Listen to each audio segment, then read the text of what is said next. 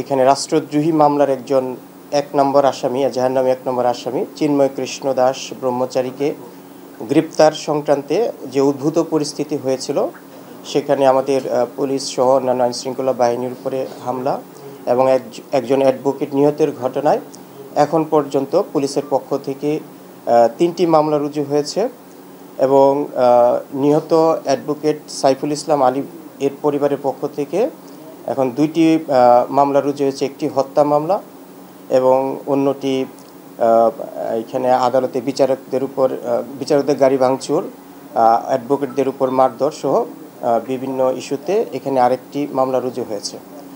আমাদের এই অ্যাডভোকেট সাইফুল ইসলাম আলিফের বাবা বাদী হয়ে হত্যা মামলাটি রুজু করেছেন, যেখানে মোট ৩১ জনকে এজাহার নামে আসামি করা হয়েছে এবং 10 থেকে 15 জন অজ্ঞাতনামা আসামি রয়েছেন।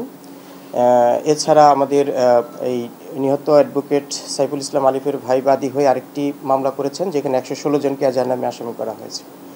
প্রত্যেকটি মামলায় আমরা অত্যন্ত গুরুত্ব দিয়ে দেখছি এবং ইতিমধ্যে আমাদের এই সকল মামলায় পুলিশের উপর আক্রমণ এবং হত্যা সংক্রান্ত যে ঘটনাগুলো রয়েছে সেগুলোতে আমাদের মোট 39 জন এখন পর্যন্ত গ্রেপ্তার আছে।